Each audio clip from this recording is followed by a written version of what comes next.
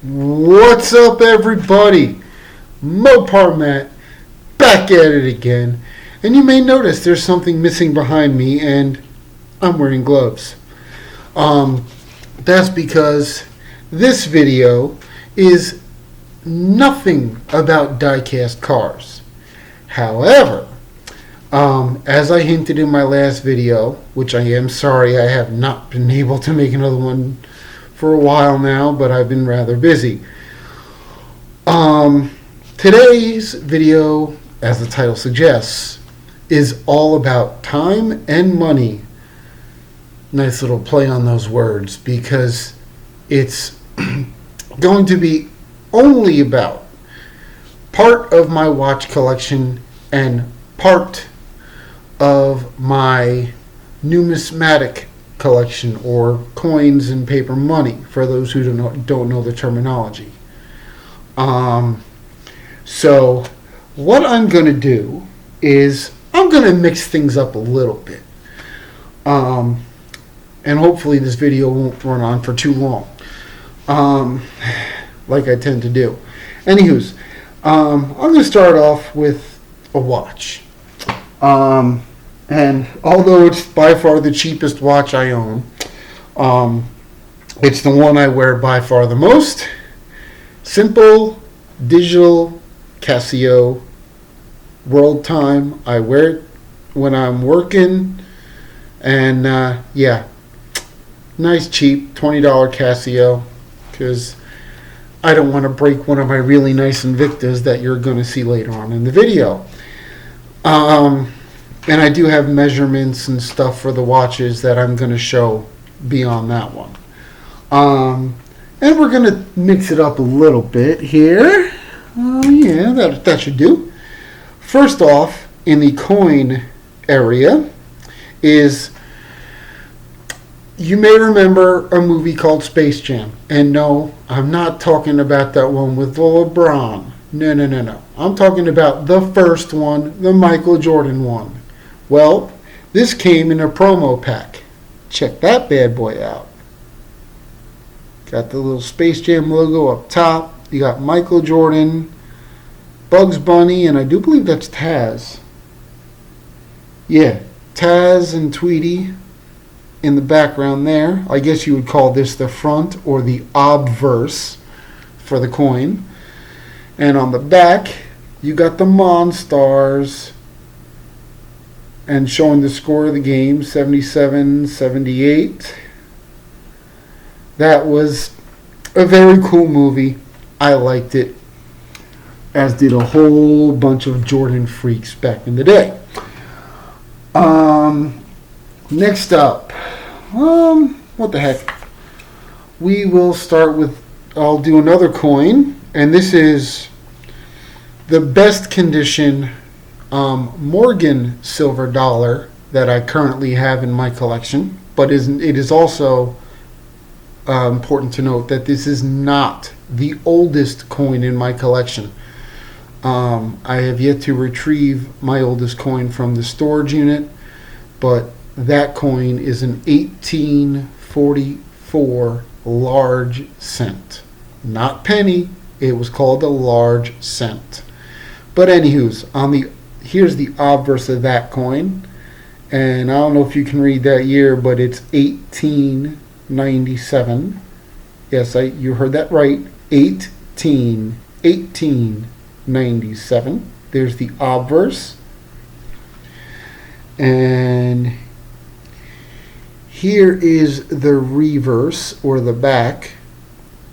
And I don't know if you can see it, but there's a little tiny letter O beneath the wreath, right above the letter D in dollar. That means this coin was minted, or made, in the New Orleans Mint, which is now long since no longer in operation. So that is my current only good condition Morgan silver dollar. I do have a couple of others, and they are in not so good shape. They're in worse condition than that. Next up, we're going to mix it up a hair. We're going to go with one of the watches. This is known as an Invicta Grand Diver. There it is. It's got the black spinel stones around the bezel, which you can see there. And if I can get it just right, you were getting hints of the red on the hour markers and the word Invicta up top. This is a nice, very dressy kind of watch. I do have another strap for it, but I have the red strap on it right now. And that is genuine. What is that? Oh yeah, genuine alligator leather strap, as can be seen right here. Wrong way. Sorry, guys. Genuine alligator strap, and this is a limited edition piece. And I'm going to attempt to get this on here. I don't know if I'm going to get it or not. But it's on the bottom right there above my finger, where my finger was. Limited edition number 008 out of 300 in this particular run. There's obviously the case back there. So yeah, this is a very nice watch. That particular piece is 47 millimeters wide by 16 millimeters thick, and the strap here is 22 millimeters wide. Has a water resistance rating of 300 meters, which equates to like 980 something feet. I don't know the exact number of that. Next up, yeah, we'll go with this one. Next watch is one of my personal favorites out of all the ones in my collection that I can say I owned. This is called the Invicta Venom, and this particular sub-series in the Venom series is called the Fang. And you'll understand why. There you go. Got the big yellow gold plating on there. And it's plated in such a way that it will never come off. It will never yellow your skin. Nothing. But this thing is a very, very nice timepiece. It's got the snake eyes on the side there. I don't know if I can get them. There we go. Almost. But yeah, you got the little snake eyes there in the little notches on the case, on the bezel, excuse me. Yeah. But this is a Invicta Reserve model piece, which means it's higher quality than the basic level Invicta watch. But there is why it's called the Fang. I think that looks so cool. It's got the gold-plated fangs coming off the sides, off the front and the back of the case, and it almost looks like a snake tongue going down this side of the strap. So yeah, there you go. Thusly why it's called the Venom Fang. This particular piece is 52 millimeters wide. Where is that? 22 millimeters thick.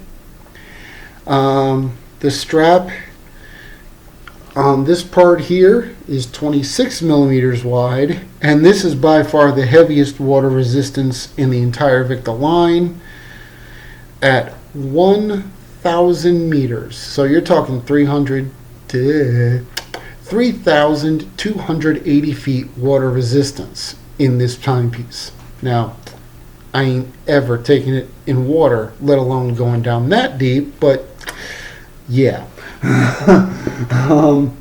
It just looks nice. It gets a ton of compliments, and people tend to like it.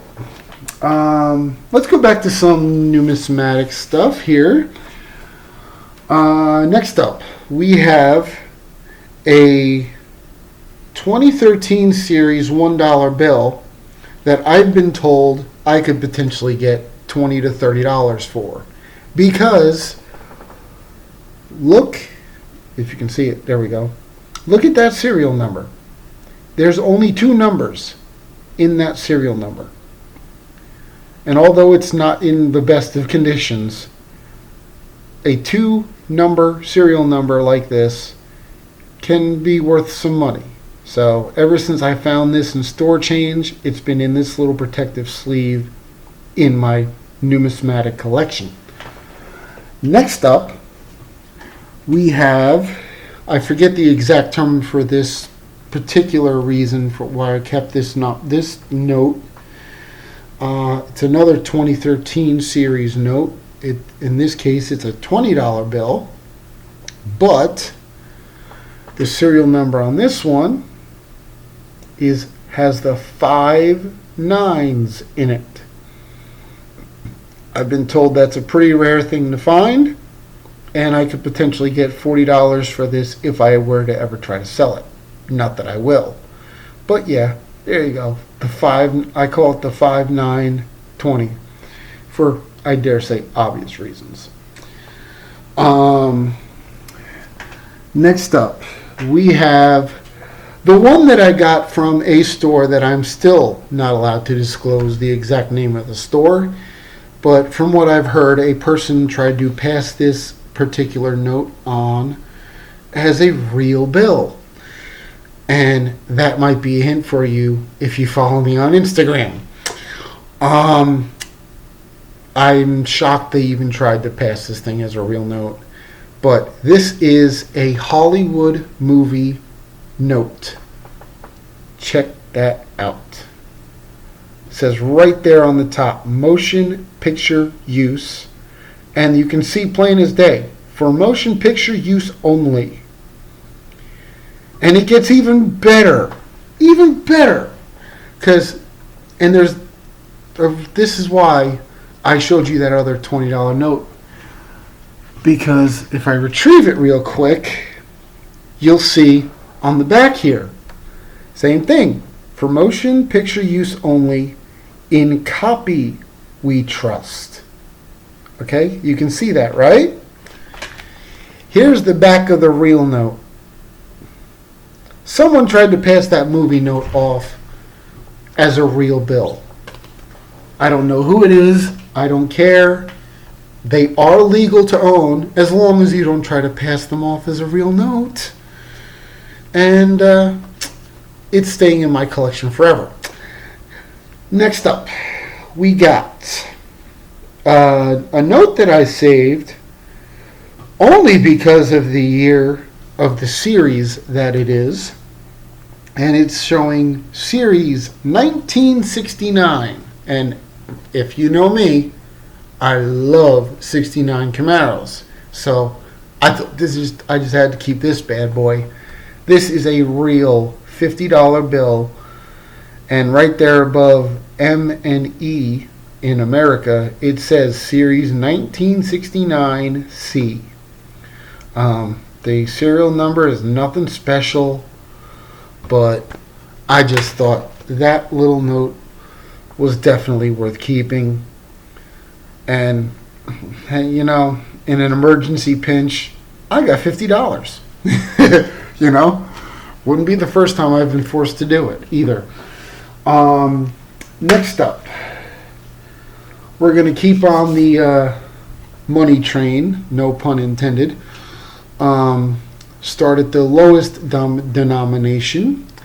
My 2020, there we go, West Point Mint W V75 Mark quarter, which you're probably not going to be able to get to see much of any detail on this, but I'll try. Let's see. Yeah.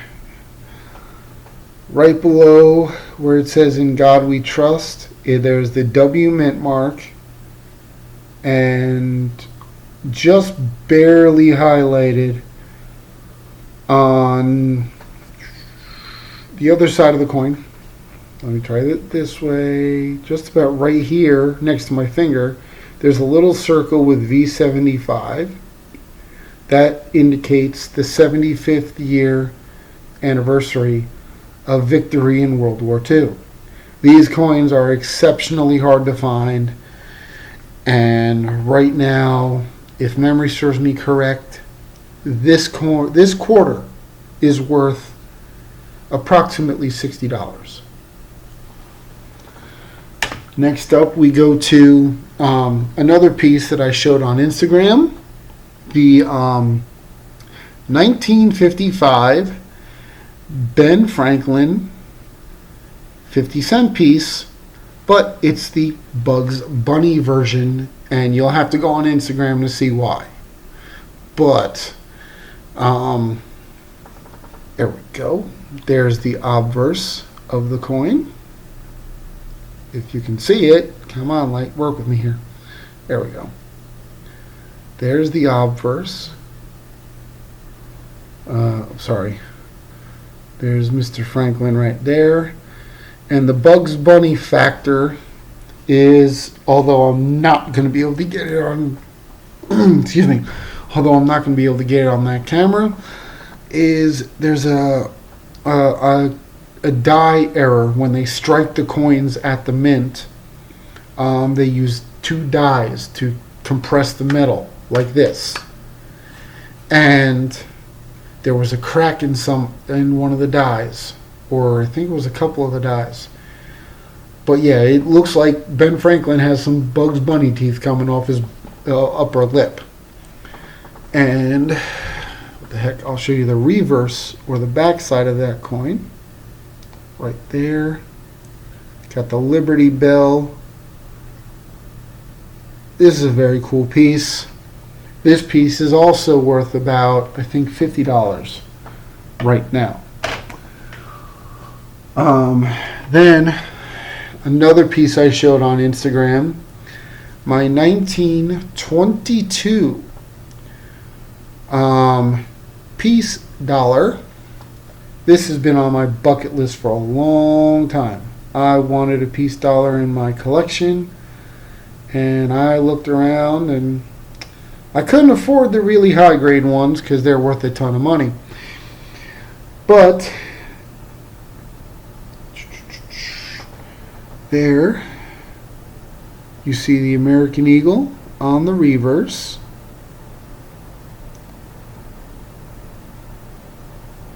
So yeah, that's about the best shot you guys are going to get of that one. So yeah, this is the peace dollar, and in case you're wondering why it's called the peace dollar, I don't know if you're going to be able to see it or not, but right there on the bottom below the eagle, it does say the word peace in like the bit of nest material the eagle's sitting on.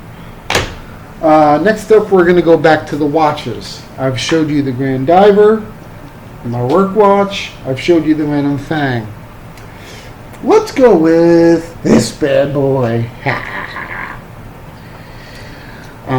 This is my is not a Invicta reserve piece, but it is a very nice watch. This is the where is it? Sabaqua Noma 7, because it's the 7th version or 7th model in the Sabaqua Noma series. And there you go. This thing has the black mother of pearl dial. It's an automatic movement.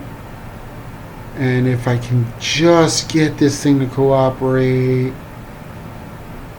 And now, I don't think. Oh, there it is, a little bit. There it is. You can just see a tinge of the rainbowing that this black mother of pearl dial puts off. I have a much better shot of that on Instagram. But there is, I don't know if you can see it or not, but that little thing that's moving right there, that is the rotor for the automatic movement. So basically, when I'm wearing this watch, as I'm walking along and moving my wrist, this watch the spring that powers it inside is being wound up, which I had to do manually to make the watch run for this video. But yeah, this is a beautiful, beautiful timepiece.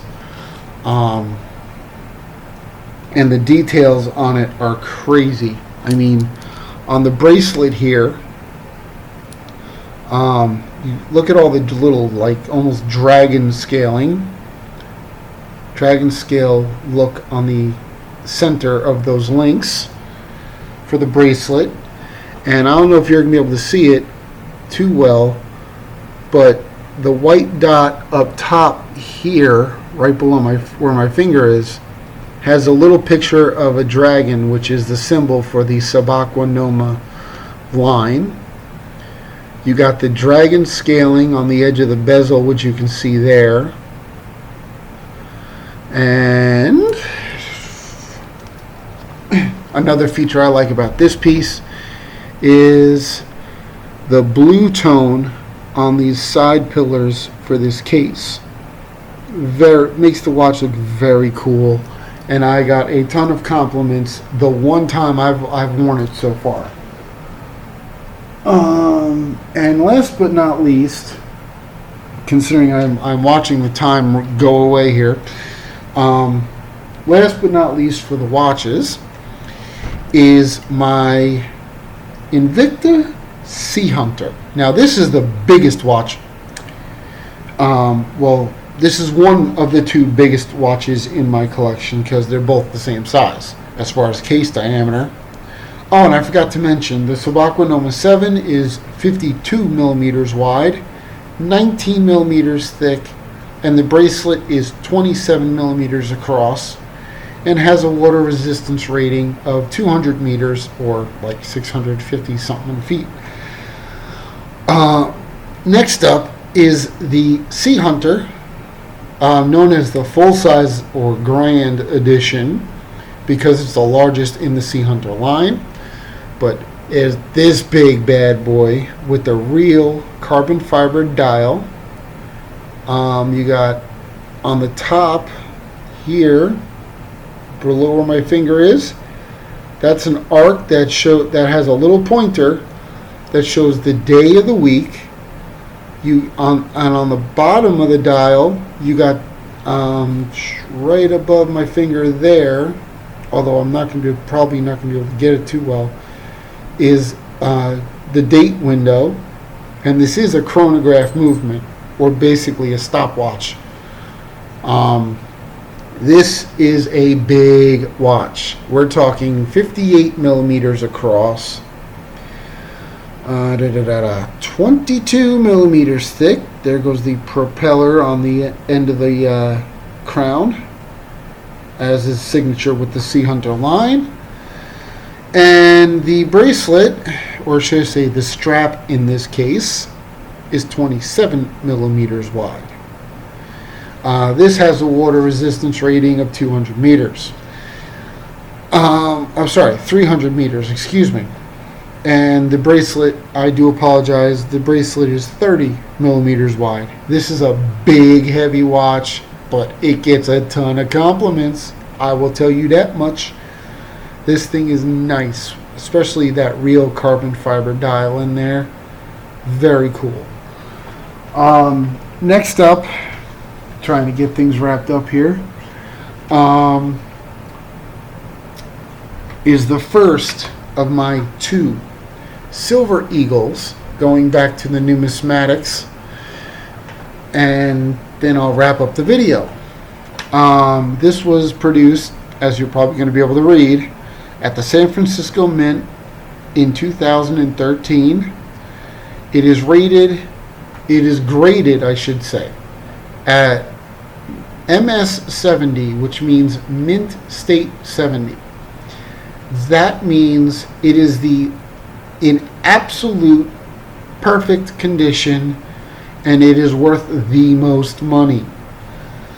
And you'll see on there, on the sticker, it says PCGS. That is one company that grades coins, and they're one of the most trusted in the entire world for this purpose. But here we go. We got, there you go. There you can see San Francisco Mint, Silver Eagle, 2013 S for San Francisco Mint, PCGS MS70, $1. You got the Walking Liberty on the front there. And the reason I'm showing this first, you'll figure out in a few moments. This is the old reverse, where you see they call it the heraldic eagle, with its spread out and the stars above it. But this is a solid 1 ounce of pure silver coin. This coin right now is probably worth in the neighborhood of $70. And trust me, I keep all these coins very well hidden. I keep all this currency stuff, all my numismatic stuff, very well hidden. And try to break in my apartment, you ain't gonna find them. Next up is the 2021 Silver Eagle, the first year for the new design. And you'll notice on this that it is an early release coin, which means it was produced within the first 30 days of production. Also, you will see mint MS70 again. So once again, perfect condition, straight out of the mint.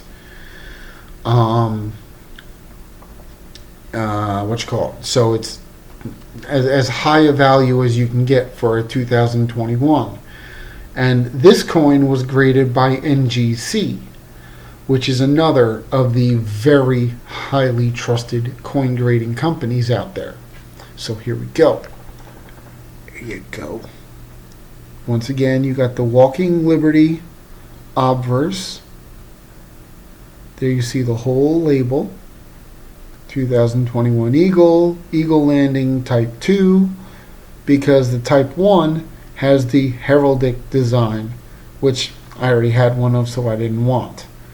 But there you can also see twice early releases. You can see Mint State 70. You can see the blue NGC on the label. But here is the star of this coin. That is the new reverse.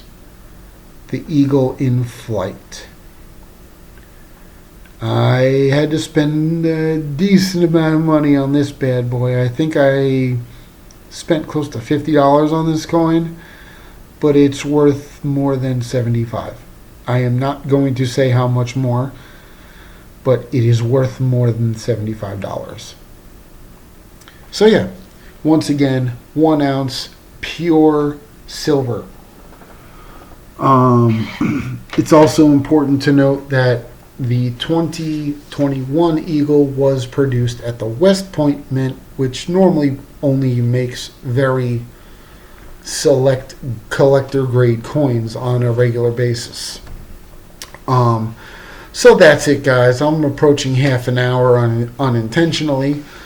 I hope you liked the video. The next video I put out, I'm waiting on a couple of pieces to show up, because that video will be nothing but die-cast cards again. But I figured I'd at least show a little bit of diversity on my channel.